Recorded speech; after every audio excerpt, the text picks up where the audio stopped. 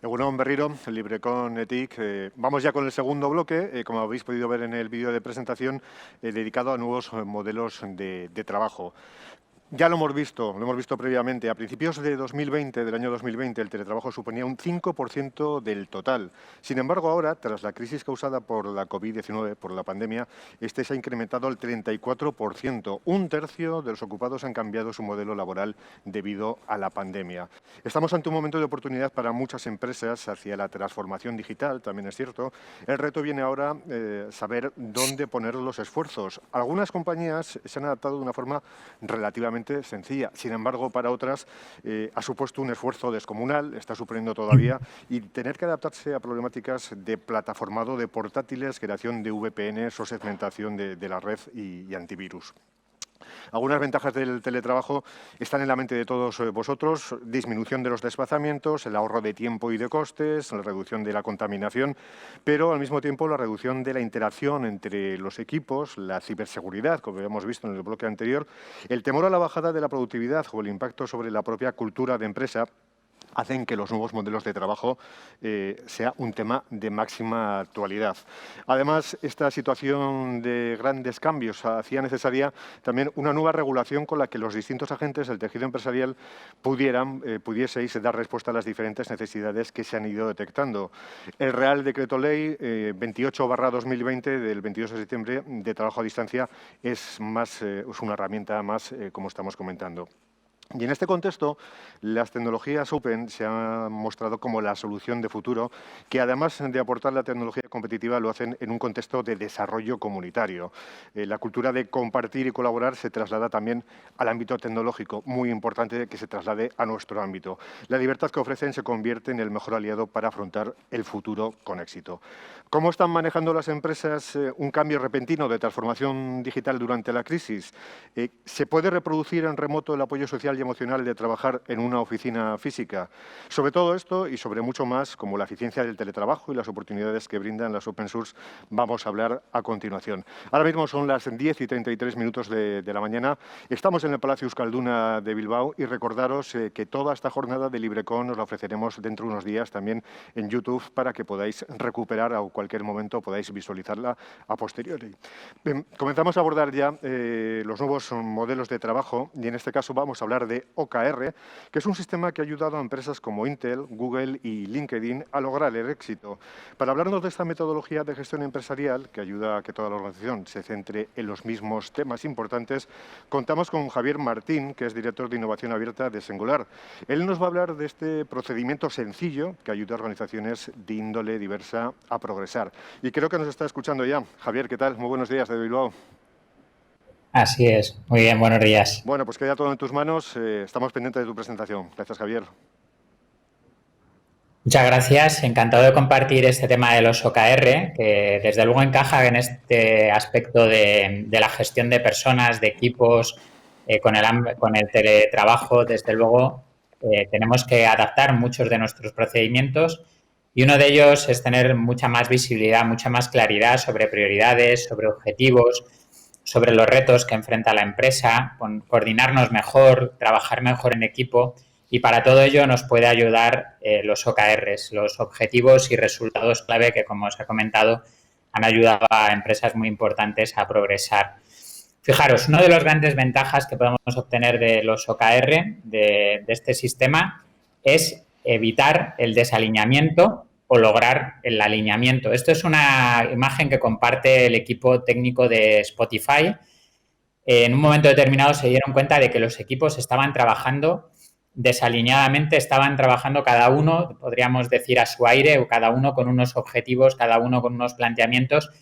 Y no solo eso, no solo se estaba desaprovechando una gran oportunidad de trabajar coordinadamente y colaborativamente, sino que sobre todo algunos equipos podían perjudicar el trabajo de otros porque tuviesen prioridades diferentes. Imaginad, ¿no?, que los que están cavando ese túnel dañen la estructura del puente y el puente se acabe cayendo, ¿no? Bueno, pues esa es la realidad. Muchas veces en los equipos, las empresas, trabajamos de manera descoordinada, desalineada. Y esto nos puede ayudar muchísimo si aplicamos OKR.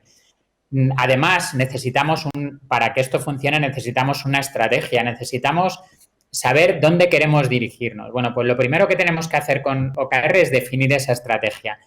¿A dónde queremos llegar? ¿Qué es lo que queremos conseguir con nuestro trabajo, con nuestra actividad, a través de nuestros objetivos? También necesitamos medir.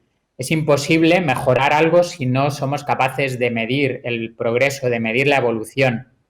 Primero definimos objetivos, después definimos el sistema de medida, la medición, lo que se llaman resultados clave. Y tenemos que hacerlo colaborando, trabajando en equipo, involucrándonos todos en esa estrategia. OKR es un sistema que funciona bottom-up, le da muchísima relevancia a las personas, a la capacidad de las personas para involucrarse en los proyectos y para sacar adelante las iniciativas. ¿A través de cómo? A través del ejemplo, ¿no? Cada uno con nuestros objetivos, con nuestro trabajo, podemos tener una gran capacidad de influencia en nuestra actividad. Pero no solo eso, hay muchas otras ventajas de aplicar OKR. Por ejemplo, a nivel de productividad, OKR nos dice, pongámonos pocos objetivos y en el corto plazo. De esta manera seremos más productivos. También nos dice que debemos medir todo lo que hacemos a través de los resultados clave, que debemos poner el foco en esos pocos objetivos que hemos definido, en esas prioridades que hemos marcado. Por lo tanto, lo primero que tenemos que hacer es decidir qué es lo importante para nosotros. Y una vez que lo hemos decidido, debemos compartirlo, debemos darle visibilidad con el resto de la empresa, con el resto de compañeros dentro del equipo, dentro de la empresa, porque cuando nos comprometemos con algo, si además le damos visibilidad, nos dará mucho mejor resultado. Y además la gente tendrá mucho más claridad sobre lo que ocurre en la organización. Todo esto va a generar motivación, porque yo veo que soy más productivo y además veo cómo mi trabajo impacta dentro de la organización. El resultado será el alineamiento. Todos trabajaremos de manera coordinada en torno a unas prioridades que hemos determinado a través de unos objetivos. Pensad vosotros de esto, qué es lo que os vendría bien, qué es lo que estáis necesitando dentro de vuestro trabajo, dentro de vuestra empresa. Andy Grove, el CEO de Intel, pero el creador de los OKRs, quien definió qué son los OKRs, tenía una razón para aplicar OKR en su empresa y era que veía que había mucha gente muy inteligente en Intel, pero que obtenía muy poco resultado con su trabajo, ¿no? Estaba trabajando en balde, podríamos decir, y en base a esto es como definió lo que ahora conocemos como OKR, objetivos y resultados clave. Trabajando con él, en Intel estaba John Doerr, que ha sido o es el principal impulsor de este sistema. Él lo llevó a Google y él dice que los OKRs nos ayudan a progresar, no solo a crecer. Pensad que muchas empresas cometen el error de que su objetivo es crecer únicamente, pero si creces sin mejorar, esto te puede llevar a una situación que incluso acabe haciéndote fracasar. Pensad, por ejemplo, qué habría ocurrido si Google solo hubiese crecido y no hubiese mejorado. Google dio con una gran idea, el buscador, que le proporcionó un gran éxito, pero esto le podía haber hecho morir de éxito porque todo el mundo utilizaba Google, todo el mundo recurría a Google como buscador. Si no hubiesen sido capaces de mejorar sus sistemas, sus infraestructuras, sus algoritmos, su modelo de negocio, la empresa habría fracasado. Fijaros que los fundadores de Google dicen que gracias a OKR ellos han tenido ese éxito. Por lo tanto, yo creo que vale la pena tenerlo en cuenta. Entonces, ¿qué es OKR? Bueno, pues OKR es un sistema, un conjunto de elementos que lo conforman, que nos van a ayudar a lograr todo esto que hemos visto. En primer lugar, debemos partir por un propósito. Necesitamos tener claro qué es lo que queremos lograr, qué es lo que queremos conseguir y por qué hacemos las cosas. En base a esto definimos unos objetivos que es algo mucho más concreto, mucho más práctico. Y unos resultados clave, que es cómo vamos a medir que hemos logrado nuestros objetivos, cómo vamos a estar seguros de que estamos haciendo el trabajo correcto. Y el trabajo correcto, ¿qué es? Una serie de tareas, una serie de iniciativas que voy a desarrollar y de actividades que me van a permitir llegar a lograr esos objetivos.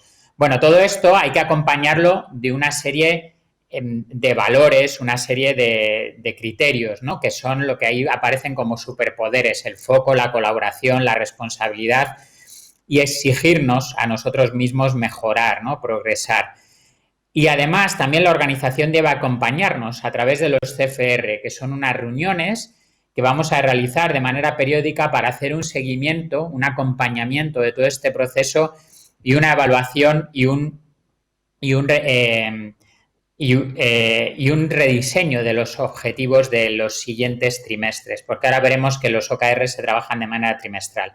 Como resultado de todo esto, lograremos un cambio en la cultura, donde habrá mucha más autonomía por parte de la gente, habrá más transparencia, alineamiento y liderazgo, un nuevo modelo de liderazgo mucho más colaborativo, mucho más compartido entre todos los miembros de la organización. Muy bien, partimos de un propósito, tenemos que saber por qué hacemos las cosas.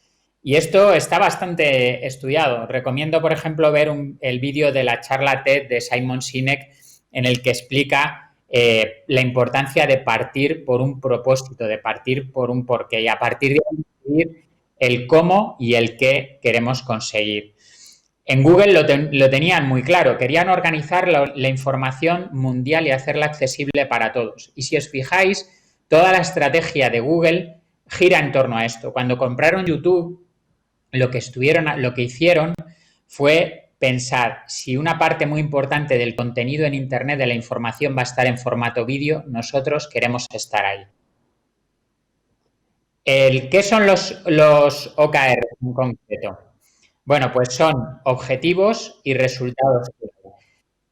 Lo vemos como un sistema de gestión que está basado en las personas y basados en los resultados. Y aquí tenemos un resumen, ¿no? De cuál es este sistema. Por un lado tenemos la definición, por otro lado tenemos unas características a nivel motivacionales, nos van a ayudar pues todo esto que hemos estado viendo, y luego tenemos unas características más prácticas y concretas. Se trata, por ejemplo, de definir pocos objetivos, por ejemplo, 3 objetivos por ciclo, por trimestre. También de definir una estructura de objetivos en torno a empresa, a equipos y personas. Y también, muy importante, los OKRs deben ser públicos. ¿Para qué? Para fomentar esa transparencia, de manera que todo el mundo se vincule, se motive con la estrategia de la empresa. Y una novedad, los OKRs no están vinculados con los incentivos económicos. ¿Por qué? Porque se buscan motivaciones intrínsecas. Tenemos que hacer esto porque vemos que es algo bueno, algo que nos ayuda a mejorar, algo que nos ayuda a progresar. No solo porque va a haber un beneficio económico al final, sino porque realmente entendemos que si primero mejoramos, después ya llegará ese beneficio económico. De manera que una vez que sabemos qué son los OKRs como sistema, vamos a ver qué son en concreto los objetivos. Los objetivos es lo que quiero conseguir y debe cumplir unas características, esto que viene aquí, concretos, trascendentes, inspiradores, orientados a la acción. Lo tenemos aquí con más detalle y estructurado. Tiene unos elementos motivacionales, esto de que sea trascendente, no vale conformarnos, no vale adaptarnos a lo que ya sabemos que queremos conseguir, tenemos que superarnos, ¿no? Por eso tenemos que lograr que objetivos sean inspiradores, pero a la vez hay que lograr un equilibrio con que sean concretos y que estén orientados a la acción. Y fijaros, hay características más prácticas. Los objetivos deben ser cualitativos. Yo no puedo ponerme un objetivo que sea un número de clientes, un objetivo de facturación. Yo tengo que ponerme un objetivo que realmente muestre un progreso, que muestre una calidad de lo que yo hago. Por eso debe ser cualitativo. Y debo definir objetivos tanto a nivel anual como trimestral, pocos objetivos en cada ciclo y estructurados de esta forma. El sistema OKR nos dice que debemos ser tan ambiciosos que incluso no lleguemos a conseguir nuestros objetivos al 100%, porque siempre habrá un margen de mejora, siempre podremos progresar, ¿no? De manera que si nos quedamos en torno al 70 o al 80% de cumplimiento de nuestros objetivos, estará bien logrado, no habrá problema. Bueno, tenemos que ver los objetivos como un camino, como una progresión. No es algo que vaya a finalizar, no es algo que vaya a acabar. Esto es por lo que decía de quedarnos al 70 o al 80%. Siempre habrá algo que podemos mejorar y que vendrá en siguientes ciclos de trabajo sobre ese objetivo. Ahora, pero si nos ponemos un objetivo cualitativo, también tenemos que tener el componente cuantitativo, que son los resultados clave. El resultado clave es cómo llegamos a conseguir ese objetivo, qué es lo que a mí me dice que realmente he conseguido el objetivo. Es una métrica, es un indicador y tiene que tener unas características, igual que los objetivos. Deben ser específicos, realistas, verificables y medibles. Y fundamental, si yo no puedo medir algo, ¿cómo sé si he conseguido? Si yo no puedo tener una certeza de que he llegado a un lugar, ¿cómo sé que estoy mejorando? Tengo que tener seguridad al respecto. Por lo tanto, a través de los resultados claves, donde introducimos la parte cuantitativa de los OKRs. Vamos a trabajar con resultados clave también a nivel trimestral. Vamos a intentar ponernos pocos resultados clave. Aquí nos diferenciamos de los KPIs, donde normalmente suele haber muchos KPIs dentro de una misma actividad. Vamos a intentar quedarnos con los más importantes. Y fundamental, lo más importante, un resultado clave no es una tarea, no es algo que tengo que hacer, es algo que ha ocurrido. El concepto de outcome, lo que nos explica, ahora lo veremos con más detalle, es que tenemos que enfocarnos en el resultado de negocio, el resultado realmente que tiene un impacto, no en sentirnos ocupados, que es lo que dice aquí Peter Drucker, que si realmente nos enfocamos en el resultado que obtenemos y no en estar ocupados, no en el trabajo, no en las tareas, es donde tendremos más éxito. Lo vamos a ver con unos ejemplos. OKR de empresa. Fijaros, el objetivo no lleva una métrica, es algo aspiracional. Las métricas están en los resultados clave y es donde yo ya puedo concretar hasta dónde quiero llegar, qué es lo que quiero conseguir más a nivel numérico con datos. Y luego debo hacer unas tareas, por supuesto, debo hacer actividades. Esas actividades permitirán lograr el objetivo, pero si os fijáis, el resultado clave no son tareas, son datos que me indican que he logrado el objetivo. Por lo tanto, yo trabajo en las tareas, esas tareas tienen un impacto que yo puedo medir a través de los resultados clave y eso me hará saber que yo estoy logrando mi objetivo. A nivel de equipo, tenemos una empresa que quiere mejorar la satisfacción del cliente y ahora el equipo responsable de la web tiene que pensar cómo puede trabajar a ese respecto, cómo puede colaborar con ese objetivo. Por lo tanto, define sus propios objetivos. Y también una persona, un miembro del equipo, puede pensar cómo puede trabajar, cómo puede lograr él, a través de su trabajo, esos objetivos. Fijaros que cada uno también puede tener, y aquí es donde se fomenta la autonomía, es decir, que cada uno pueda pensar cómo a través de su trabajo, de sus objetivos, puede colaborar. Y desde el punto de vista técnico, ya que estamos en un evento técnico, fijaros, los equipos de alto rendimiento en tecnología cada vez están más trabajando con este modelo que propone el libro Accelerate, que desde luego recomiendo. Un modelo en el que lo importante es el resultado, pero enfocado hacia el negocio, hacia el impacto.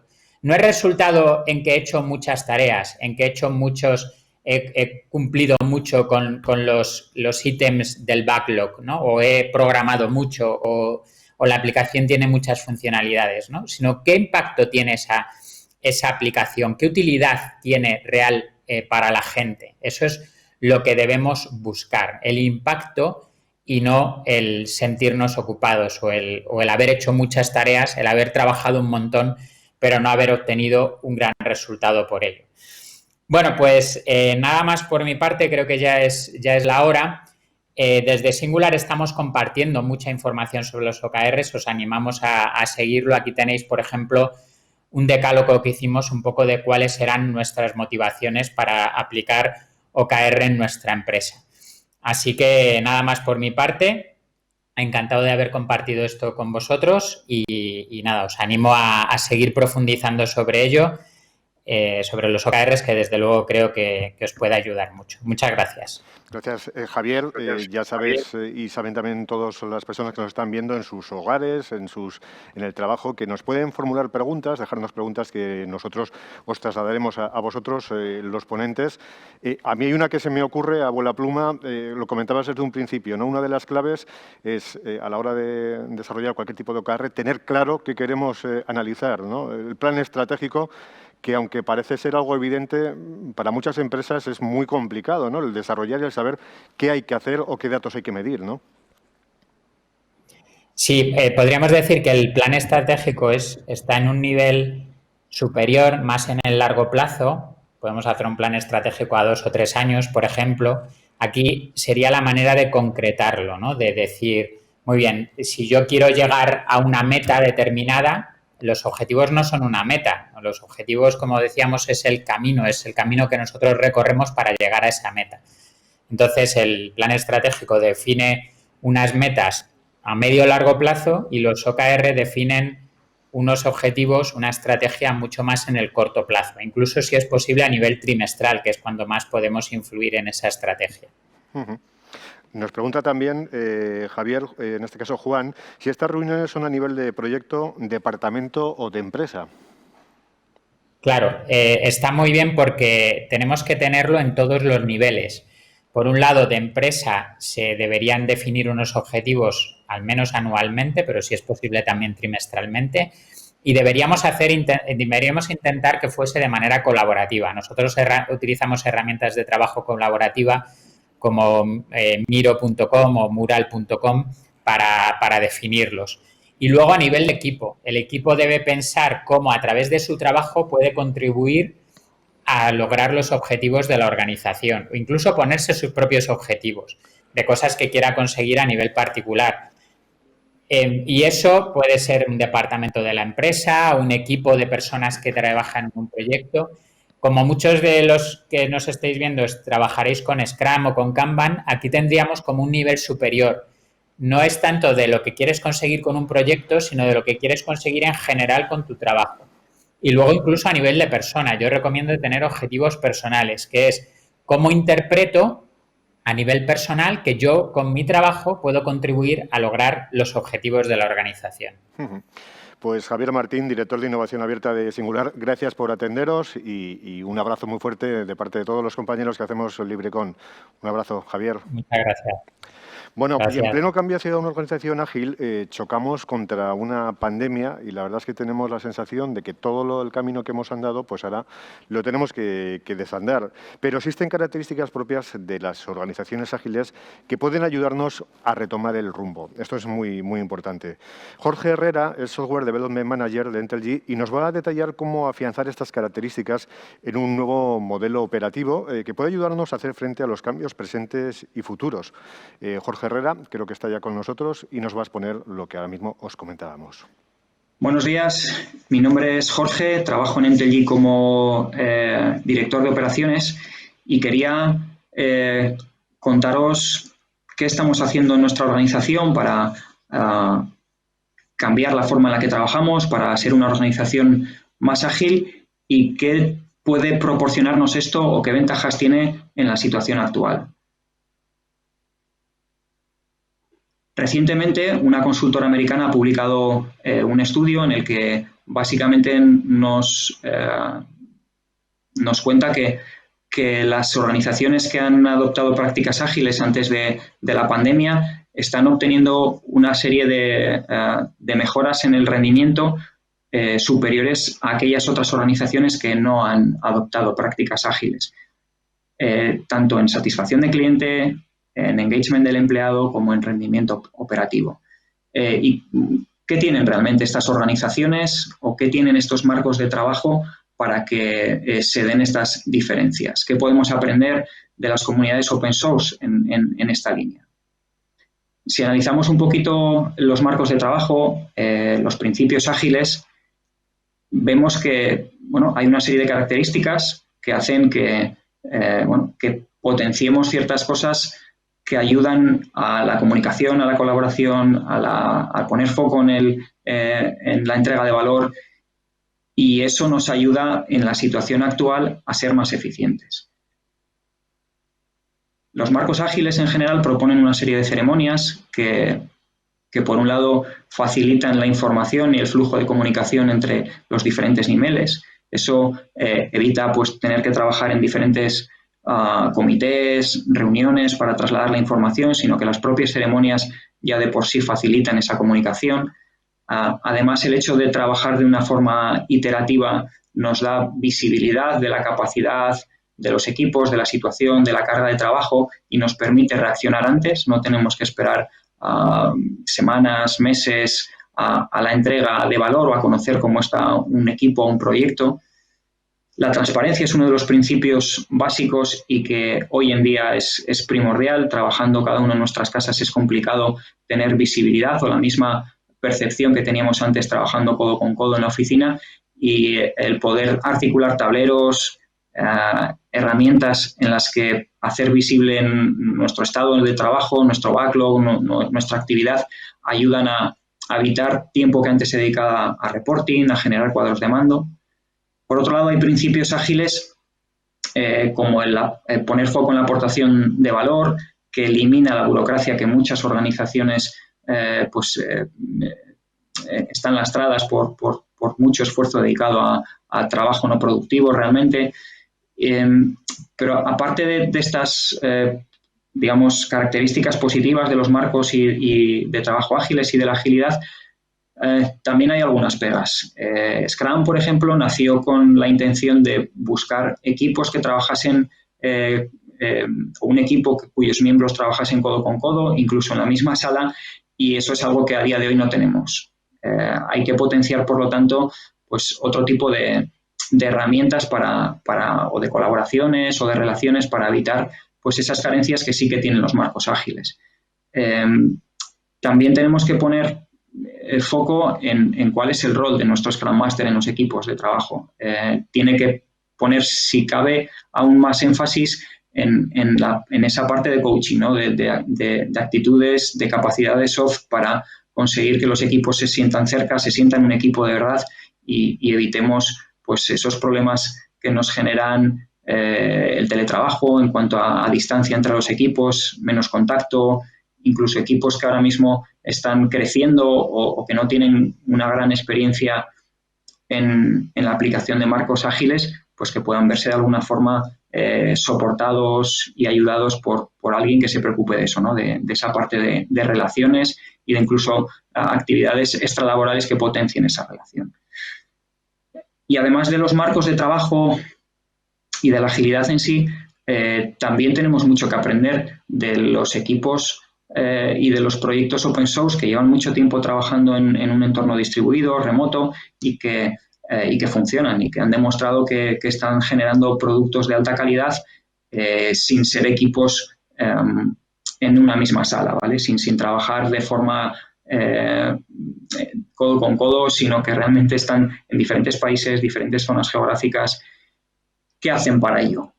Bueno, básicamente potencian muchísimo la transparencia, han activado una serie de mecanismos de coordinación que facilitan la toma de decisiones, habilitan realmente la capacidad de decisión a aquellas personas y a aquellos equipos que están aportando más valor a la iniciativa, al proyecto, potencian la comunicación asíncrona de tal forma que no necesariamente tienes que estar en aquella sala virtual o en aquella conversación para saber por qué se han tomado ciertas decisiones.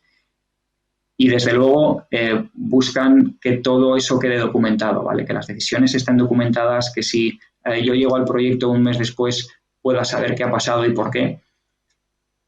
Y os animo, si queréis, a que le echéis un vistazo a esa iniciativa de trasladar todas esas buenas prácticas del mundo open source a las empresas, que se llama InnerSource, y que hay una comunidad muy activa que está trabajando pues, por promulgar y por hacer visibles todas esas experiencias para que todos un poco aprendamos de ellos, que se llama InnerSource Commons. Ahí os he dejado el link, la URL, para que podáis acceder y echarle un vistazo. Y más allá de esto, de la teoría, del por qué creemos que los marcos ágiles y el mundo open source pueden ayudar en esta situación, quería contaros nuestra experiencia, qué estamos haciendo y qué piedras nos hemos encontrado en el camino hacia un cambio organizativo que está muy relacionado con estas dos cosas, ¿no? Con agilidad y con la aplicación de prácticas open dentro de la organización.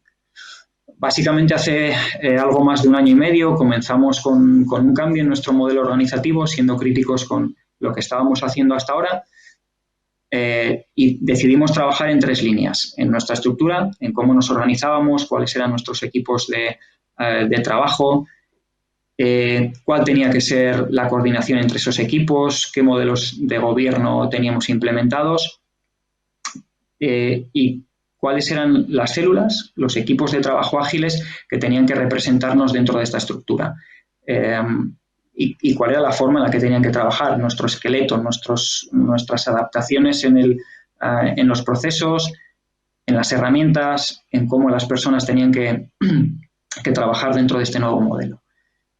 Avanzamos y definimos un modelo similar al que veis en la slide, en el que diferentes células de una forma autogestionada trataban de dar respuesta a sus clientes. Estaban muy focalizados en la respuesta a las necesidades de clientes. Definimos otras células de trabajo que de una forma transversal daban soporte a las primeras y un equipo de gobierno que de alguna forma representaba a cada una de esas células para tener la información de todos y conseguir a través de ese equipo de gobierno trasladar la información general, corporativa, de interés para todas las células con las garantías de que todos recibamos feedback de lo que realmente es importante para la organización. Y además de eso, pusimos en marcha una serie de comunidades de conocimiento que conseguían o pretendían romper los hilos de conocimiento entre esas células, que muchas de ellas compartían sinergias en cuanto a tecnología, forma de trabajar. Y bueno, en base a este modelo comenzamos a trabajar pues cuáles eran nuestros mecanismos de coordinación, nuestras políticas, nuestras prácticas. Se empezaron a habilitar tableros para dar visibilidad de la información de los equipos, de qué estaban trabajando, de actividades transversales. Incluso empezamos a compartir tableros con otras unidades como puede ser recursos humanos, con administración, ¿vale? Para empezar a ser más transparentes con la información y conseguir que esa información llegase al máximo de personas posible. Habilitamos mecanismos de comunicación asíncronos. Bueno, íbamos trabajando sobre esos tableros, generando actividad y empezó a haber mayor comunicación, empezó a haber más sinergias en la forma en la que trabajábamos. Y cuando íbamos avanzando y llegamos a un cierto grado de madurez, pues nos encontramos con la situación actual, ¿no? Que tenemos una pandemia por medio, que esos equipos que no estaban del todo asentados, que la madurez en nuestros procesos no eran lo que necesitábamos, pues se encontraron con que tenían que trabajar en remoto y se hicieron patentes algunas problemáticas que os quería trasladar, ¿no? Como reflexión de nuestro camino. Nos dimos cuenta de que no todos teníamos claro cuál era el sentido de toda esta actividad, ni todos estábamos alineados en cómo debíamos de ir hacia ese objetivo. Tampoco cada célula, cada equipo de trabajo tenía claro cuál era su valor, más allá de lo que venía haciendo actualmente, qué más podían aportar a la organización, cuál era su valor que podía hacerles diferenciales y que podía hacer que realmente fuesen autónomos en la forma en la que hacían las cosas y, sobre todo, en qué cosas hacían. Llevábamos un tiempo de iniciativa, con lo cual pues empezaron a notarse el cansancio, ¿no? por expectativas que quizá a veces no eran cubiertas, porque no siempre conseguíamos ir tan rápido como queríamos y era algo que había que trabajar, la motivación de los equipos. También nos dimos cuenta de que no toda la información llegaba a todas las personas y que no teníamos siempre los mejores mecanismos para comunicar bidireccionalmente, ni siempre nos llegaba feedback de los equipos. Tuvimos que trabajar, o estamos trabajando, de hecho, cuál es el rol de líder, cómo queremos liderar los diferentes equipos. más allá de la gestión clásica, ¿no? Que es actividad clásica de gestión de proyectos, por llamarlo de alguna forma, sino que también tenemos que trabajar las capacidades soft de los líderes para que se preocupen de las necesidades de las personas. Nos encontramos con equipos ágiles que están creciendo en esta situación, que están incorporando a gente que no se conocían incluso previamente, y hay que potenciar también pues ciertas actividades incluso extralaborales, ¿no? Pues para mejorar esas relaciones, para que la gente se conozca, para que se hablen de otros temas que no sean necesariamente o estrictamente los del proyecto. Y por último, necesitábamos dedicarle tiempo a marcarnos un rumbo claro, a dedicarle tiempo e importancia a todo esto y no dejarnos comer por el día a día, y más en esta situación donde pues, nos vemos con muchas más urgencias, con necesidad de dedicarle tiempo a algunas cosas que antes eran evidentes.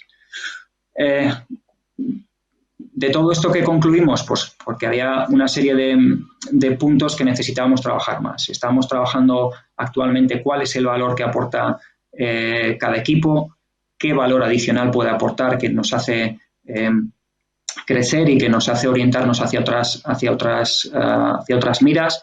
Estamos trabajando, como decía, la parte de liderazgo y, sobre todo, tener una misma visión de hacia dónde queremos ir y marcarnos unas metas, unos objetivos a través de OKRs en nuestro caso, que era algo que no hacíamos, ¿no? Íbamos avanzando, pero no teníamos muy claro si el ritmo al que íbamos era el adecuado o no. Ahora, bueno, pues empezamos a marcarnos unas metas claras, concretas y medibles que nos ayudarán a seguir este camino de forma adecuada. Y como otra pata dentro de este blueprint, pues tenemos el roadmap. No habíamos trabajado suficientemente bien cuál es nuestra foto a futuro. Lo hemos hecho y ahora tenemos una idea clara de aquí a los próximos meses de dónde queremos vernos, de dónde queremos ver a cada una de las personas, cada uno de los equipos, y tenemos claro nuestro objetivo, ¿vale? Es algo que es importantísimo y que no lo habíamos materializado, y aunque lo habíamos hablado muchas veces, no era algo que estaba del todo claro. Como conclusión, actualmente todas las empresas necesitan trabajar en remoto, necesitan adaptarse de forma rápida a los cambios que se están dando, y todas están dando pasos en estas líneas, pero tenemos que hacer reflexión sobre esos pasos que estamos dando cada organización, aprovecharlo como una oportunidad para afianzar esos cambios, para trabajar nuestros modelos corporativos, nuestros modelos de trabajo hacia organizaciones más ágiles de verdad, con un roadmap claro a seguir, afianzando, como decía, esos cambios que ya hemos dado, corrigiendo aquellos que no hayan sido los más adecuados y bueno, tratar de trabajar en esa línea de transparencia, colaboración, poner foco en el valor que promueven estos principios ágiles. Eso es todo. Gracias.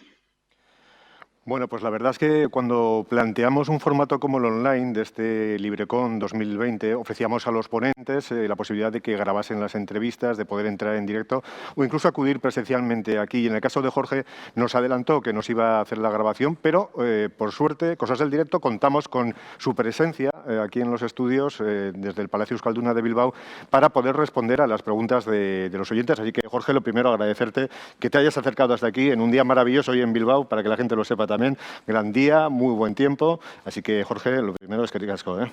Gracias a vosotros. Un placer finalmente haber podido acercarme y atender un poco a las preguntas y al evento con vosotros. Ya hay preguntas, ¿eh? Tenemos un par de ellas. También comentar a la gente que nos está siguiendo desde casa que antes, en el anterior invitado, hemos tenido que dejar un par de preguntas fuera porque obviamente se nos iba de tiempo, pero seguir mandándonos preguntas que intentaremos hacérselas llegar en la medida de lo posible. Para ti, Jorge, Miquel nos pregunta cómo estáis midiendo el nivel de productividad durante el trabajo remoto, si habéis notado una mayor o menor productividad durante esta situación. Pues la realidad es que seguimos midiendo la productividad del mismo modo que como lo hacíamos antes. Basamos nuestros equipos y nuestro trabajo en marcos de trabajo ágiles, por lo tanto la productividad la medimos por entrega de valor en los sprints que realizamos, y eso se sigue midiendo del mismo modo.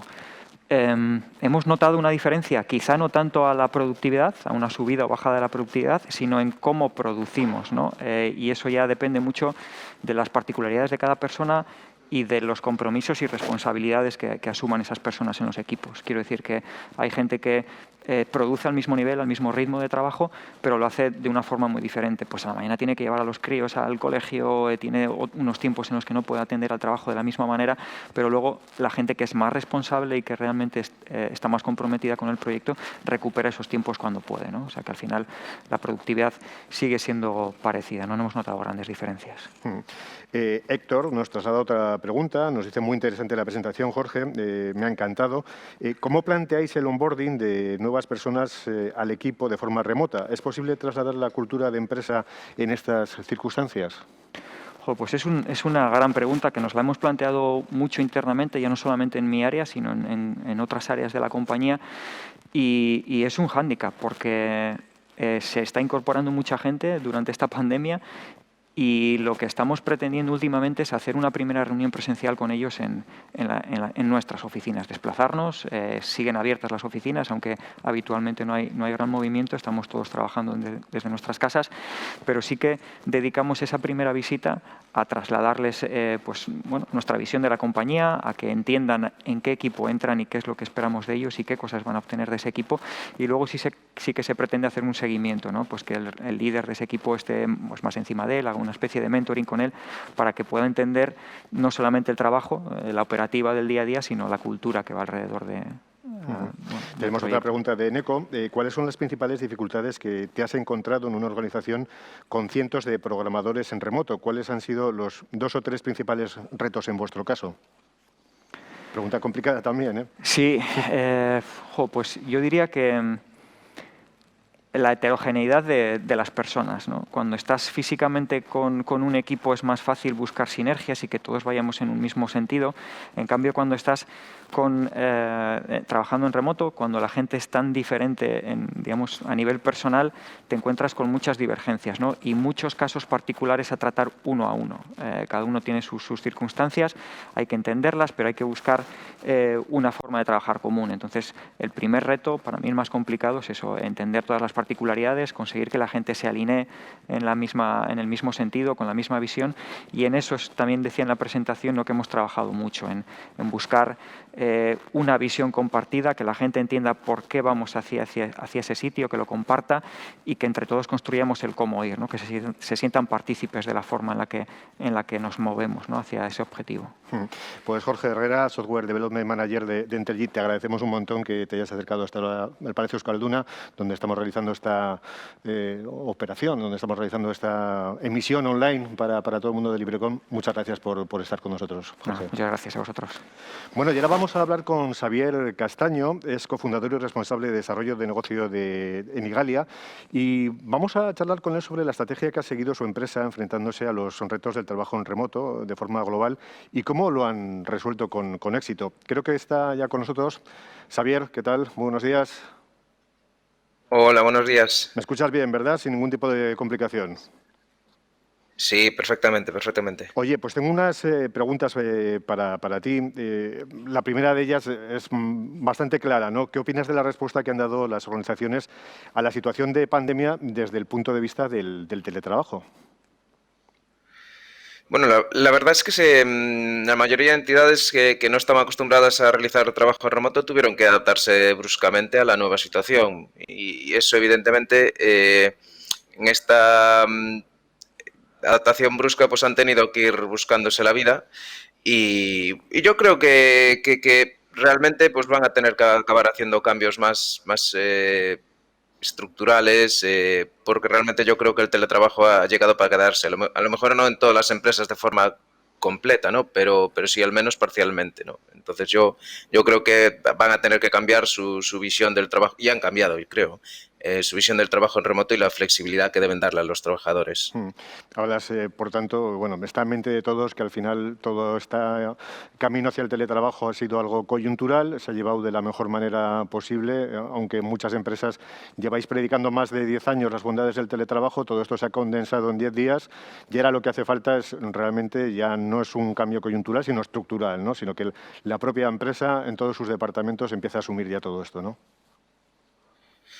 Claro, claro, es que pasar de una adaptación rápida e inesperada a realmente intentar organizarse para asumir el teletrabajo como parte inherente de la organización, pues lleva su tiempo, ¿no? Entonces yo creo que, bueno, ya llevamos ahora unos meses, yo creo que van a tener que adaptar tanto la propia organización, digamos, cambiar un poco su cultura interna de cómo entender el trabajo remoto, pero al mismo tiempo, pues pensar en si las herramientas elegidas pues serán las que queden o no, ¿no? Entonces, bueno, yo después os puedo contar un poco cómo lo hemos enfocado nosotros desde hace años ya, porque nosotros nos tuvimos que adaptar en su momento, claro.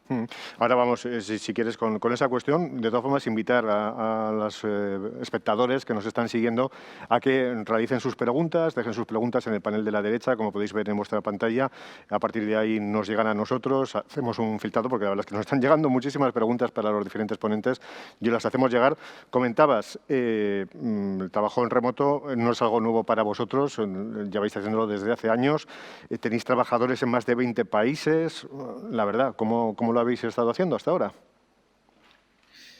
Bueno, pues Igalia se trata al final de una consultora que trabaja en una serie de áreas tecnológicas de software libre muy específicas, ¿no? Pues destacaría 4, navegadores web, compiladores, multimedia y gráficos.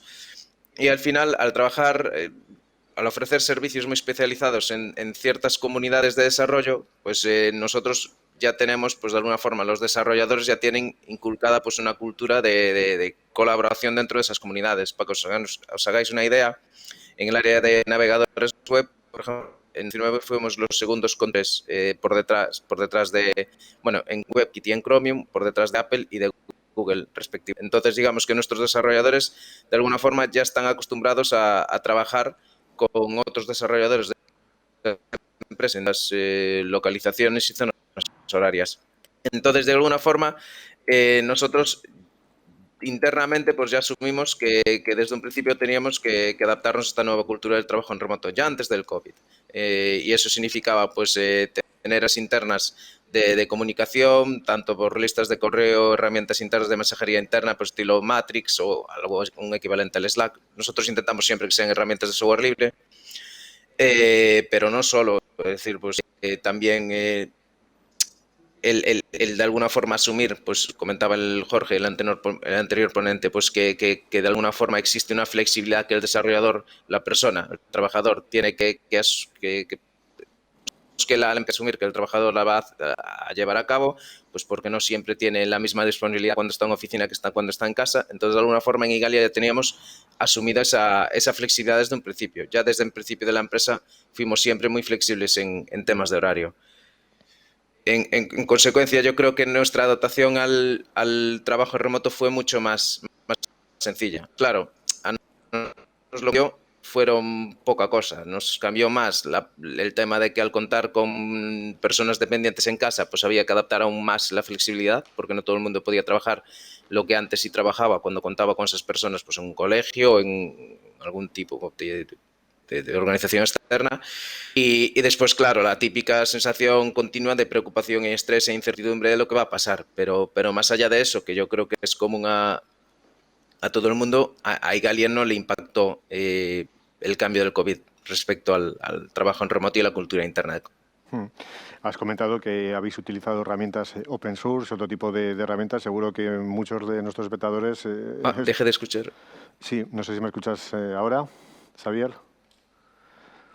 Ahora sí te escucho. No, te comentaba que decías que bueno, habéis utilizado herramientas open source y otro tipo de herramientas y que seguro que hay mucha gente interesada en conocer cuáles son estas herramientas de comunicación que habéis estado empleando.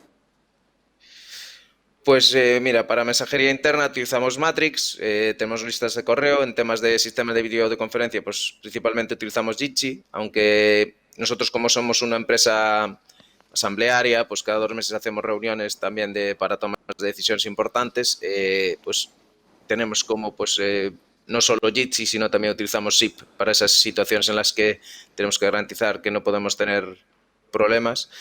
Y después, desde el punto de vista de, pues, por ejemplo, de gestión de tareas, de incidencias y demás, o de trabajo, pues ahora estamos utilizando muy intensamente el GitLab. viene un poco de cómo lo utilizan ya en las comunidades, pues también lo hemos incorporado internamente. Xavier, se me ocurre pensar que uno de los principales retos que presenta el teletrabajo en remoto es la relación entre los trabajadores y la sensación de pertenencia a la empresa, ¿no? ¿Qué herramientas o qué acciones o qué tipo de estrategias habéis implementado para contrarrestar este posible desapego, ¿no?, de los empleados de cara a vosotros? Pues la verdad es que nosotros teníamos ya unas herramientas implantadas porque esto ya a nosotros nos sucede desde hace muchos años, ¿no? Nosotros, al ser una consultora que ofrece servicios muy especializados, pues teníamos que contratar gente donde ellos estaban. Al final, pues contratar gente que viniese para Galicia de cualquier parte del mundo, pues era complicado. ¿Qué ha pasado, no? Pero no era lo más estándar, ¿no? Entonces, de alguna forma nosotros ya teníamos esa acción de a ver cómo conseguimos pues que la gente se sienta parte de Igalia como organización y creamos estas herramientas que le llamamos pues el Igalia Summit, que son unas reuniones, pues hacíamos 2 al año, donde la gente se venía a Galicia, pues hacíamos una semana entera pues de reuniones muy intensas desde el punto de vista de los equipos, también desde de interacción entre equipos, de gente que no interacciona tan a menudo y pues al final pues pasamos también un fin de semana un poco más informal con actividades más light, no tanto de empresa. ¿Qué pasa? Que con el COVID esto sí que tuvimos que adaptarlo un poco porque realmente este tipo de eventos que para nosotros eran clave, pues no pudimos hacerlos este año y probablemente el año que viene pues posiblemente tampoco. Y lo hemos convertido pues más en un summit virtual, pero que ha funcionado bastante bien, ¿no? Limitando un poco la reunión a una franja horaria más limitada por el problema de las zonas horarias, ¿no? Pues ahora las reuniones al final están limitadas al incluir gente de América y también de Asia, pues a un franja horaria estilo 1 a 5 o 6, ¿no? Entonces, pues en esas franjas horarias hacemos un summit virtual donde pues intentamos hacer algo equivalente a lo que hacíamos en persona, pero más limitado y más, digamos, en menos tiempo, ¿no? Y después la parte esta del mentoring que nombraba también Jorge, nosotros es importante para integrar a la gente y para que absorban la cultura de Igalia al trabajar siempre en remoto y realmente hay personas que han entrado en Igalia, nunca han visitado nuestras oficinas principales. El contar, le asignamos ya desde entrada una persona que es el tutor que no sea del equipo en el que trabaja, para que pueda de alguna forma tener un punto de enlace con la empresa y entender la cultura de la empresa a través de otras personas que no sean los que interactúan con él a diario. Y para nosotros, pues esto ha funcionado razonablemente bien. Y claro, combinándolo pues con la herramienta que comentaba antes del Igalia Summit. Tenemos un montón de preguntas, Xavier, de nuestros espectadores. Te voy a lanzar la primera de Neko, que pregunta cuáles son las principales dificultades que te has encontrado en una organización con... No, perdona, esta era anterior, esta era de la anterior. Pregunta de Javier, ¿cómo os organizáis internamente? ¿Hacéis dailies o es una planificación más a largo plazo? Pues es una organización en distintos niveles. Nosotros estamos por un lado organizados, somos, como comentaba, somos la parte organizacional. Desde el punto de vista estratégico, pues al final tenemos reuniones cada 2 meses donde tomamos decisiones más de medio y largo plazo estratégicas para Igalia, pero pues también hay una organización más orientada a teams donde los teams pues ya planifican, organizan internamente cuáles son sus objetivos dentro del propio team, ¿no? Un poco de decisiones más de bajo nivel y asamblea. Y también pues hay unas reuniones un poco más periódicas. Al mismo tiempo después están las personas en cada proyecto y en ese proyecto de alguna forma tenemos project managers que hacen un seguimiento un poco de cómo va cada proyecto y en cada proyecto pues según el tamaño y la cantidad del equipo pues podemos hacer reuniones más periódicas desde varias a la semana hasta pues 1 o 2 al mes. Es decir, vamos tomando también un poco la decisión según la naturaleza del proyecto y la cantidad de gente implicada. Pero son a varios niveles digamos, la planificación que hacemos. Sí. Mira, Merche nos pregunta también si podrías contarnos qué aplicación tiene en la industria vuestra tecnología y si es verdad que los coches llevan software libre desarrollado desde Galicia. Pues yo no... Claro, el problema que tenemos nosotros es que nosotros no somos los que implantamos a usuario final, ¿no? Pero un ejemplo por lo cual yo creo que podría decirte que posiblemente sí ya hay algún coche que lleve tecnología desarrollada por Igalia, pero no te lo puedo asegurar porque nosotros no hemos hecho en final ningún coche en producción. Nosotros, claro, al final quien nos contrata a nosotros son empresas de tecnología que desarrollan esos productos para empresa final, pero al final nosotros somos los desarrolladores de tecnología. Por ejemplo, nosotros somos, como dije, contribuimos mucho en los navegadores web open source. Uno de ellos es WebKit. Sobre WebKit pues tenemos un port que se llama, es decir, una implementación que se llama WPE, y esa implementación pues la están utilizando muchas empresas de operadoras de cable para embeberlo en sus set-top boxes. Entonces es muy probable que personas que acceden a servicios de pago de televisión relacionados pues con cualquier operadora de cable, pues estilo Vodafone o Telefónica, no nombro estos porque sean clientes, sino pues para poner como ejemplo, que pudiesen estar utilizando un navegador web dentro de sus decodificadores sin ser conscientes de que están utilizando ese navegador web. Y ese navegador web tiene unas posibilidades muy altas de que sea un navegador web en el que nosotros hemos desarrollado una parte importante. Una última pregunta, en este caso de Aquilino. ¿Cómo piensas que están respondiendo, deberían responder desde las administraciones públicas a estos nuevos retos para impulsar y apoyar este cambio de modelo de trabajo, sobre todo en pymes y micropymes? Nos la formula también en galego. ¿Cómo piensas que están a responder ou deberían responder desde as administracións públicas a estes novos retos para impulsar e apoiar este cambio de modelo de traballo, sobre todo en PERNES e micropymes? Moitas gracias e un saludo desde Galiza. Bueno, voy a responder en castellano porque Sí. la audiencia es global. Pues la verdad es que bueno, salió esta ley del teletrabajo y por ejemplo, yo creo que en casi ningún caso han preguntado a empresas que ya estaban teletrabajando desde siempre. En consecuencia, yo creo que no han...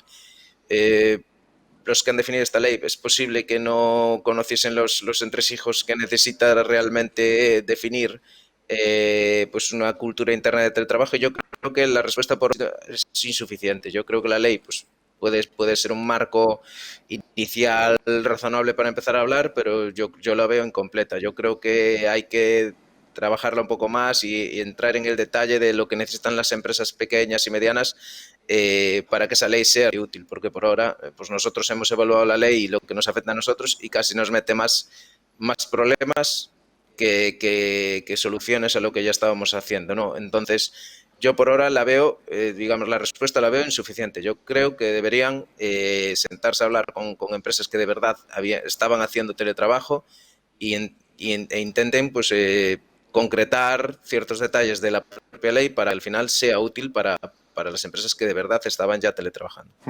Pues Xavier Castaño, cofundador de Igalia, muchas gracias también por compartir conocimientos y experiencias con nosotros en LibreCon. Un fuerte abrazo, Xavier. Muchas gracias a vosotros, que vaya bien. Hasta luego. Hasta luego. Pues diseñar la Admin UI de Drupal ha requerido un largo proceso con decenas de voluntarios distribuidos por todo el mundo, desde desarrolladores, pasando por diseñadores y responsables de estrategia de usuario, trabajando en un único y gran proyecto, pero todos con diferentes usos horarios. Cristina Chumillas, Drupal Core UX Maintainer y coorganizadora de rediseño de Admin UI, nos va a hablar sobre los procesos de colaboración de esta importante comunidad open. La charla va a ser en inglés, así que, Cristina, now it's in your hands. Hi, everybody. I'm going to talk about the lessons that we learned redesigning Drupal's admin UI. But first, I would like to talk a little bit about the Drupal community to explain a little bit about that so you have a bit of context. The community, it's been around, well, Drupal has been around actually for over 20 years. And the community itself, it's mainly about developers. Most of the people that is part of the community are developers. This has been like that since the beginning. It was created by a developer, and over the time it has had a few designers or even project managers, business people, or other roles, but it's still mainly a developer-centered community. Also, something important about the Drupal community is that nowadays volunteer work and sponsor work are both a thing in the Drupal community. In the past, most of the development done in the community itself to move along Drupal was through volunteer work.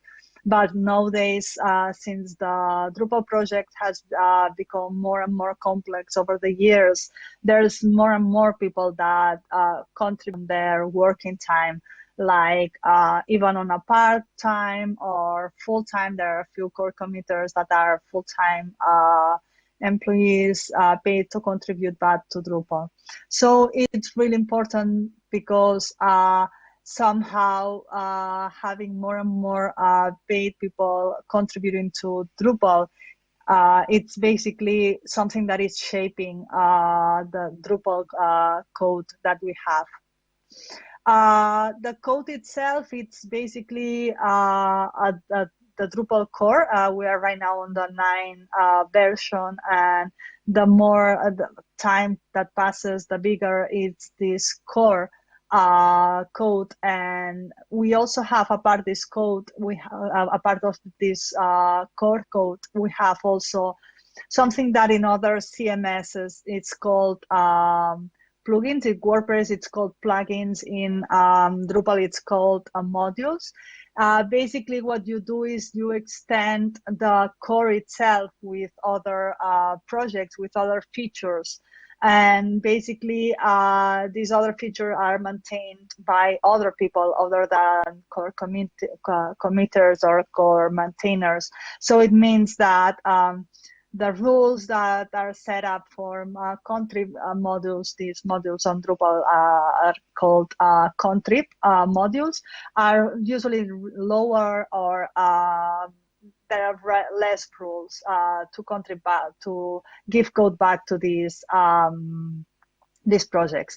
For Drupal core, for example, we have certain rules. We have a high quality standard for example, for accessibility, for other things. So actually getting something contributed to core, it usually takes a lot of time. So those are the things that shape how you get back code to the community.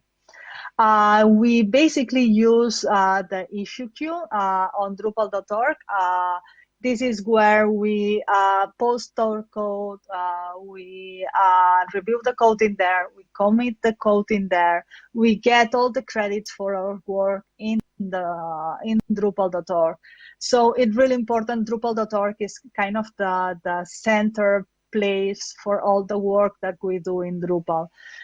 This is important because we also have in there the marketplace. For example, there are lists of companies that work on each country, and one of the ways to get closer to the first places on this list is contributing back to Drupal, because if your employees or your company sponsors one of these contrib projects, or you sponsor employees that work a lot of time contributing back and they get credit, the more credit that you have as a company, the bigger you are on this marketplace. So it's really, really important, Drupal.org on the Drupal community. Also, in-person events are super important. Obviously not right now, but on the past, previous COVID, we had a lot of Drupal events on most of the countries. There are 2 big events, one in United States and the other in Europe. It's called the DrupalCon. We have the American and the European ones, and it happens twice per year. And this is where a lot of initiatives and a lot of big conversations are solved, because a lot of the core committers meet in person, and it's much easier sometimes to just solve some questions in person. So in-person events are really important, because on smaller events, for example, you have hackathons and you contribute to Drupal core, you have networking with other companies or developers, and it's in general really important to keep the community alive. I would also like to talk a little bit about the history of the community, the Admin UI initiative itself, how we redesigned and what are the process that we followed. We started in Vienna at the DrupalCon around 3 years ago. Actually, we started into two separated groups. One was a group of developers that wanted to refresh the whole UI, the whole admin interface with JavaScript. And on the other side, we wanted to redesign the whole UI and have a more modern look and feel for Drupal. As you can see on the screen, on the left we have Drupal 7, on the right we have Drupal 8, and right now we are on Drupal 9. So Drupal has looked the same for a lot of years. Maybe it's not perceived on this screenshot. There was a huge effort of when we passed from Drupal 7 to Drupal 8 on redesigning a lot of things, but it happened like around 8 years ago. So obviously we needed to redesign and refresh these designs. So we came up with new designs. This is just a few screenshots where we changed we are planning on changing all the layout. We are changing menus. We are we want to separate UIs, one for the developers or site builders, the people that is building Drupal projects, and the UI that actually content editors or content managers, the people that actually stay on the project once you, as a developer, have finished the web app or the app or whatever.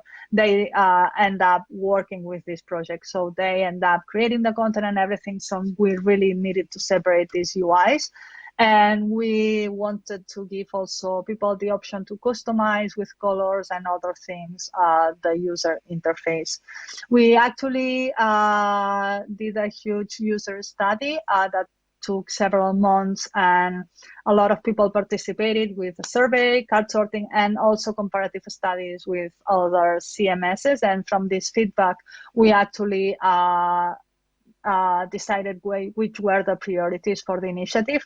It is really important because this was made by UX strategists, so there weren't developers involved here. So we really work several kind of profiles together at the same time.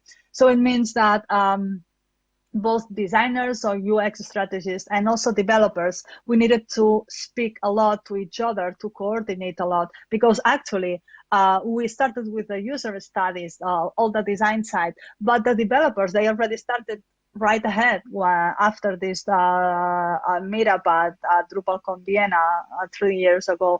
So it means that the development started even before we started having designs. So we needed to talk each other a lot, and we needed to contribute to each other. Also, something really important is that we were spread around the globe. There were people in Thailand, in Australia, India, in Europe, in America in general. So we needed to be able to discuss things asynchronously because obviously not everybody could be on a Zoom call all the time because our time zones weren't the same. So we decided on the design side to use Figma. Figma is a tool like it could be like a sketch, but the good part of this is that you can work on that through the browser. So you have a Linux, Windows, or a Mac, you can work on that. You really don't need to install anything on your computer. It's like a Google Doc, so you can have several people working at the same time on the same elements. So the good part for designers is that we could actually just take someone's work and start from there. And we could just leave comments in there, and that was really, really useful for this asynchronous communication.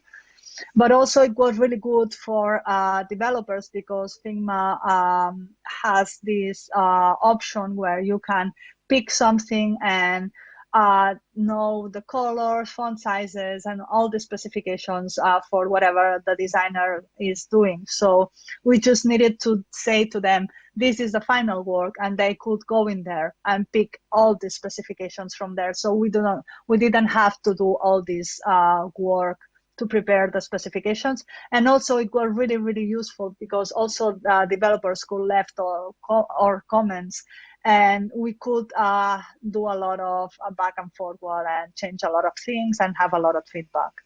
Something important on the initiative also was to know when was the right time to change the tool. We started on GitHub, like a small group working super fast. Then we moved to a country module on Drupal.org, not Drupal core at the moment. And when we had a lot of work done, then we moved to Drupal core, where the processes are much slower.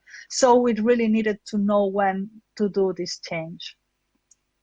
And some of the lessons that we've learned from that is that we really need to know the community main stoppers. For us, one of the bigger stoppers was that Drupal core workflows are slow.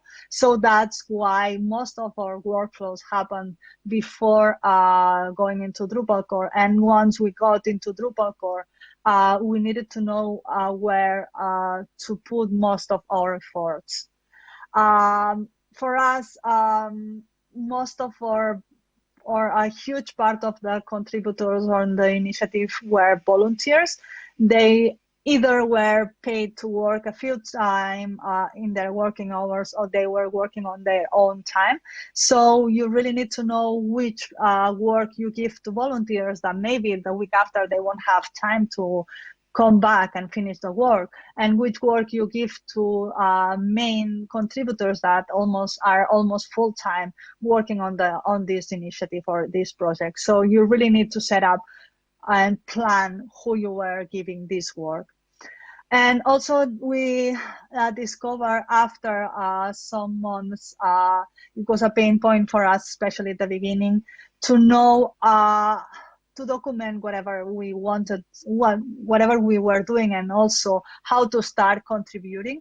And it's really important to get people involved, because otherwise people don't know where to start, especially for having the maintainers keep working on the project itself, because if you record or write once this documentation, it will take a lot of time, but then you just have to pay it after that, and you can focus later on doing your work instead of explaining everything all over again.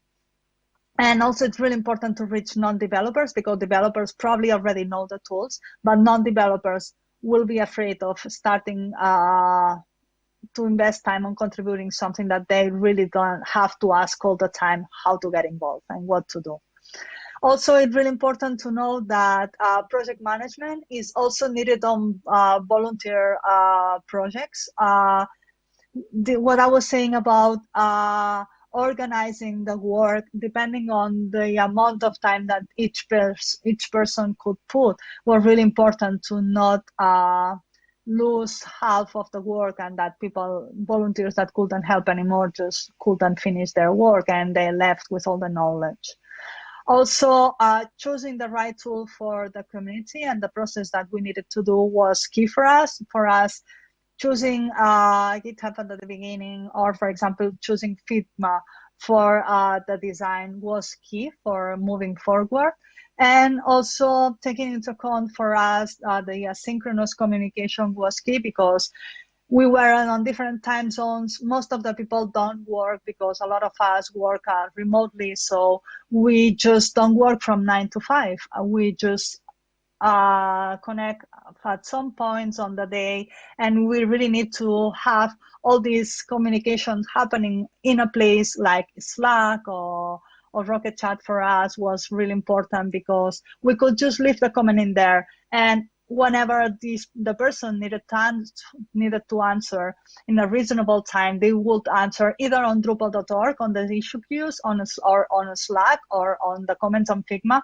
But it was happening asynchronously, and it's fine, and it's okay to leave people and give their time to answer. And also for Drupal, for finishing this, for us, it's been super important to have long-term involvement. It actually has been the key to have this moving forward. And for us, it's really important to know that we need the people helping, and more important than that, having companies supporting and sponsoring this time for moving the project forward. So contribution gives people visibility, and this is good also for companies and for individuals. So always recognize the work that people has done and you set up some kind of contribution methodology where they are recognized. It's really important. And that's all for me. Thank you. One question, very interesting. One question from Juan. Can Drupal compete in public administration with Java solution like Liferay?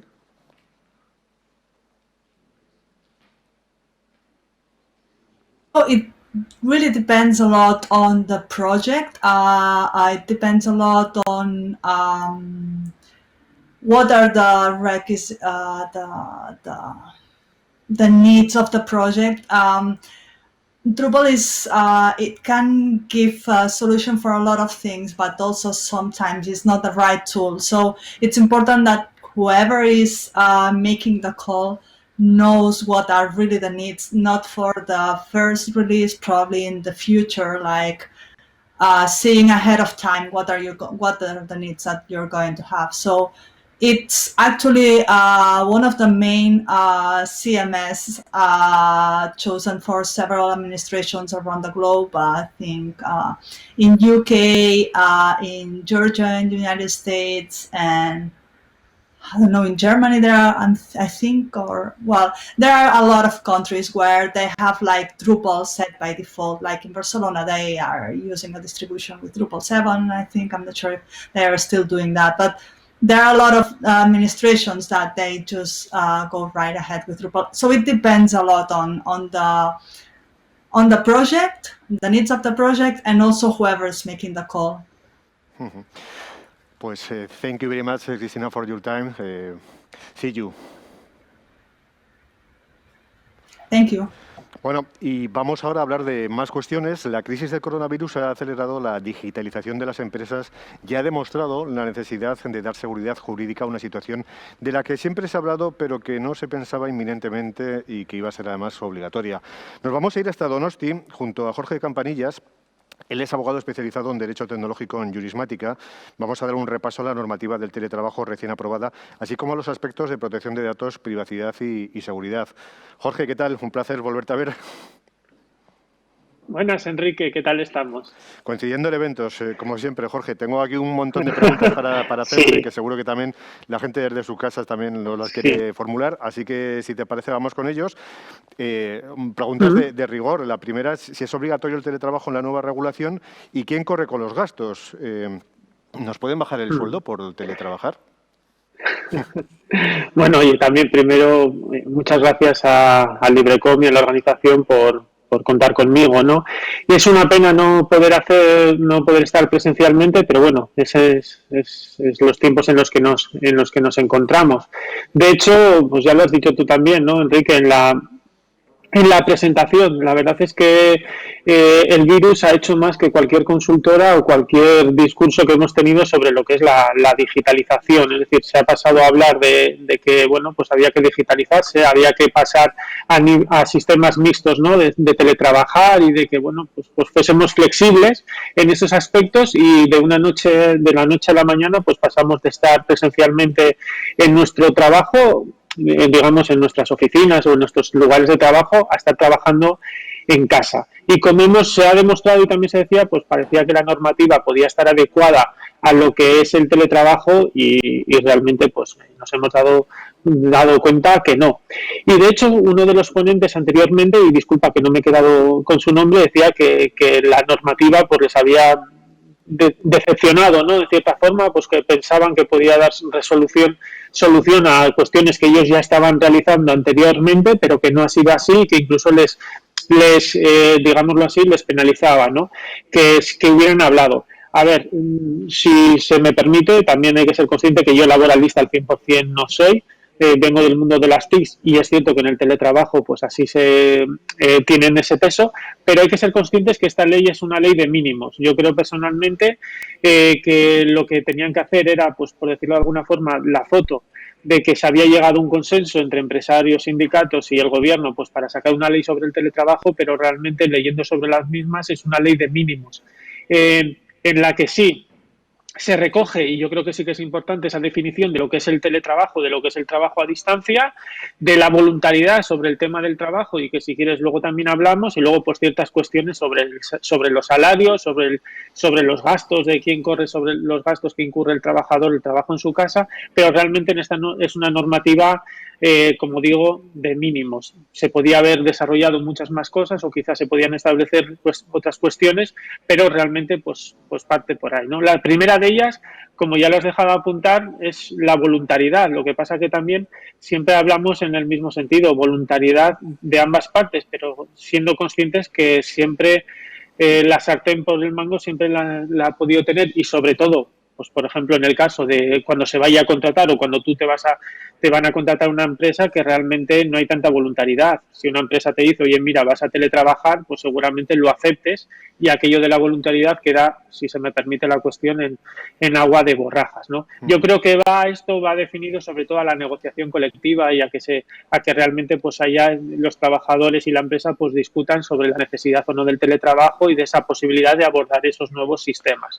Así que por de pronto lo han dejado como algo que es voluntario por ambas partes y que se pueda definir y que se pueda discutir entre ellos. Y sobre todo, como también decías, a priori no puede haber una discriminación entre el presencial y el teletrabajo. ¿En qué sentido? De que se supone que tengo que cobrar lo mismo que si estuviese presencialmente, es decir, que la masa salarial sea la misma o que mi salario sea lo mismo porque esté trabajando en casa que porque esté trabajando en la oficina o en la empresa. También es cierto que aquí hay discusiones que hay que tener en cuenta, que claro, si estás cobrando un plus de transporte o un plus de peligrosidad por algún aspecto, claro, si estás entre tu casa, eso se podría modificar o eso se podría discutir, pero a priori lo que es tu salario debiera ser lo mismo, estés teletrabajando o no estés teletrabajando. Lo curioso en el tema del teletrabajo también es cierto es que siempre la teoría del derecho laboral dice que los medios de producción los pone la empresa, y lo curioso es que nosotros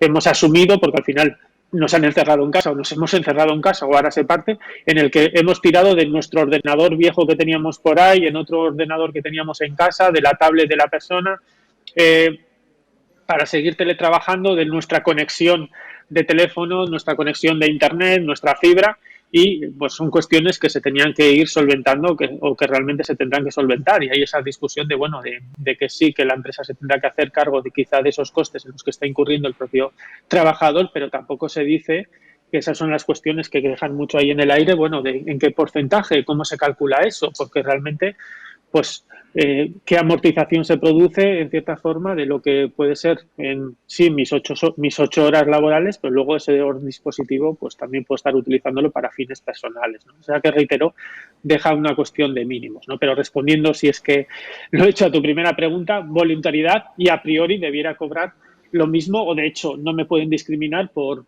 trabajar en casa o por trabajar en la oficina.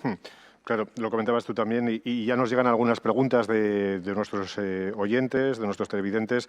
Claro, Nico, por ejemplo, nos pregunta cómo se propone gestionar el tema de la ayuda al pago de la luz generada por el teletrabajo. Bueno, pues ya lo has comentado tú un poco, ¿no? Todavía está un poco... Claro.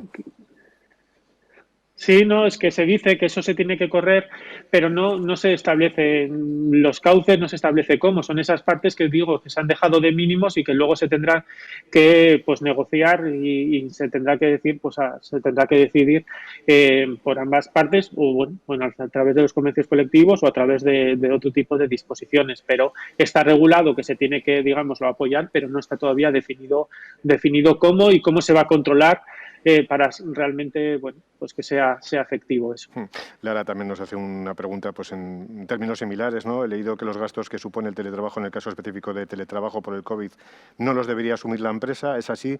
¿O es lo mismo que sea por el COVID o sin él? Bueno, son diferentes preguntas que creo que nos van a llegar, a las que les has dado explicación. En el fondo, al final, lo que aquí hay que diferenciar es lo que genera el teletrabajo. Es decir, la normativa habla del teletrabajo, que se diferencia además del trabajo a distancia. El teletrabajo está bien relacionado a todo lo que tenga que ver con el uso de las TICs. Es decir, Antes había el trabajo a distancia, que es el que se podía realizar fuera, digamos, de lo que es de la oficina o en tu propia casa, pero no tenías una relación específica con las TICs, con las tecnologías, pues porque podías estar pues haciendo, te podían llevar, por ejemplo, ¿no? Para poner un ejemplo de lo que era trabajo a distancia y teletrabajo, para luego intentar responder a lo que se dice, ¿no?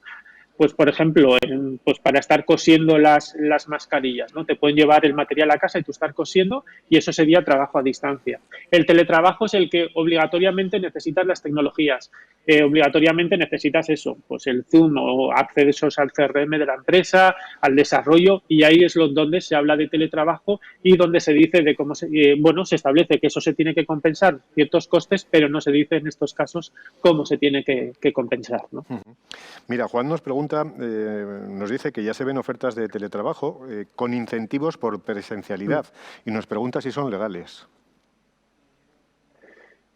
Bueno, en el fondo al final la normativa lo que viene a decir es que como hemos dicho, es voluntariedad el tema del teletrabajo, con lo cual si tú aceptas ese trabajo es así. Luego se habla de flexibilidad. La normativa, reitero, que hace que se genere esa flexibilidad, que pueda decidirse en cierta forma cómo se establecen los horarios, esa posibilidad que tienen también los trabajadores pues de medio organizarse, o por lo menos acordar esas organizaciones. En el fondo al final es la flexibilidad, con lo cual a priori, si eso se van estableciendo esas cuestiones, pues no lo veo tan complicado. Aquí, otra de las cuestiones que hay que tener en cuenta también es el control horario.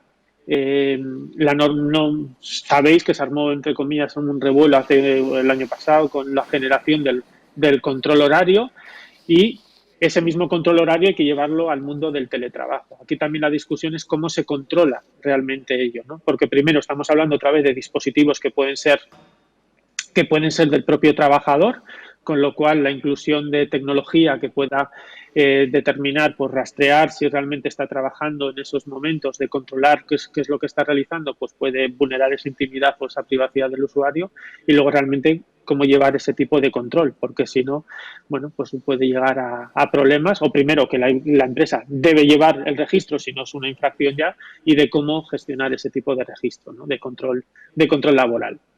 Oye, Jorge, ¿y cómo afecta la normativa de protección de datos al teletrabajo?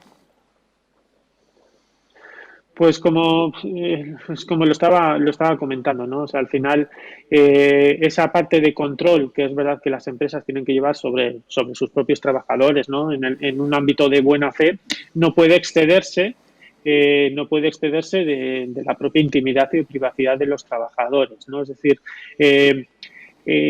si en la empresa pues no te pueden virar así por así pues el correo electrónico, a no ser que sea el correo electrónico corporativo, pues en un ámbito todavía mucho más privado y más íntimo que es tu domicilio, mucho menor. En este caso, al final lo que es importante es establecer los protocolos que la empresa tiene que tener. Primero, los protocolos sobre todo del uso de las herramientas informáticas. Tiene que estar ya desde una sentencia que hubo del Tribunal Supremo y de otras sentencias del Tribunal de Derechos Humanos.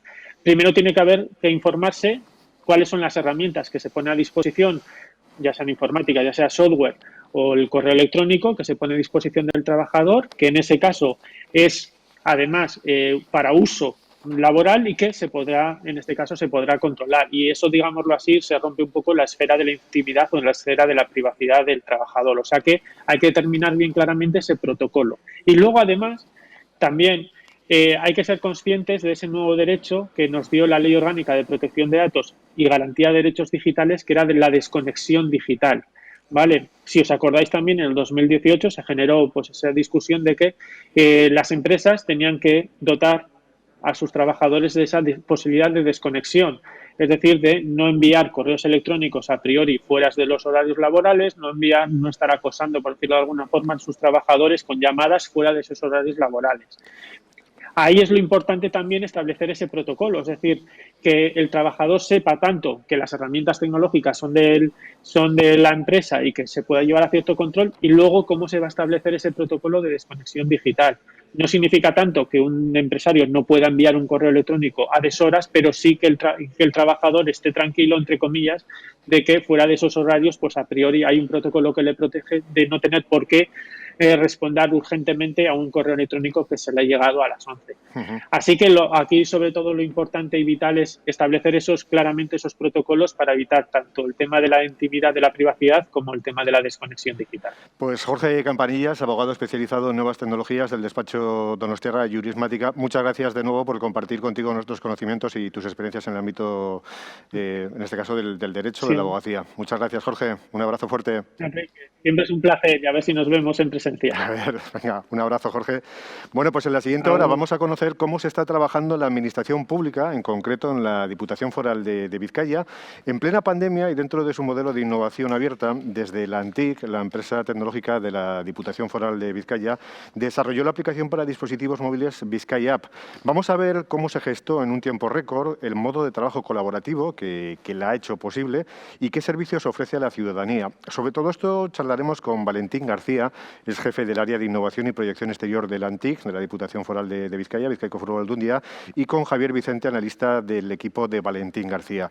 También vamos a tener la oportunidad de analizar el impacto de la identidad y la firma digital en el teletrabajo con Raquel Garay, responsable del área de proyectos de empresa en certificación y servicios ISEMPE. Va a ser en el siguiente bloque.